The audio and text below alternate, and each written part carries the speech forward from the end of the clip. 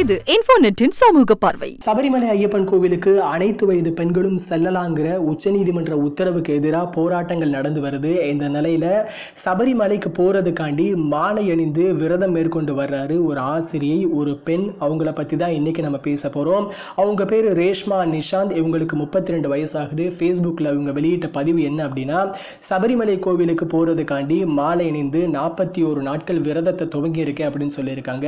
எந்த தடை ஏற்பட்டாலும் சபரிமலைக்கு செல்றதுல நான் உறுதியா இருக்கேன் அப்படின்னு சொல்லியிருக்காங்க. புரட்சி செய்வதற்காகவோ அல்லது விளம்பரம் தேடுறதுக்காகவோ இதை நான் செய்யல. எல்லாத்துலயும் ஒரு துவக்கம் தேவை. இன்னைக்கு நான் செஞ்சுட்டேன் அப்படின்னா எதிர்காலத்துல பலருக்கும் ஒரு உந்துதலா இருக்கும். அந்த எண்ணத்திலேயே நான் இன்னைக்கு விரதம் மேற்கொள்றேன் அப்படின்னு சொல்லியிருக்காங்க. இவருடைய பதிவுக்கு பலர் மிரட்டலாகவும் ஆபாசமாகவும் எதிர்ப்பு தெரிவிச்சுக்கிட்டு வர்றாங்க. மேலும் இது போன்ற சமூக நிகழ்வுகளை தெரிந்து கொள்ள லைக் பண்ணுங்க, கமெண்ட் பண்ணுங்க, ஷேர் பண்ணுங்க. எங்களுடைய சேனலை சப்ஸ்கிரைப் பண்ணுங்க. பக்கத்துல இருக்கிற பெல் பட்டனை பிரஸ் பண்ணுங்க.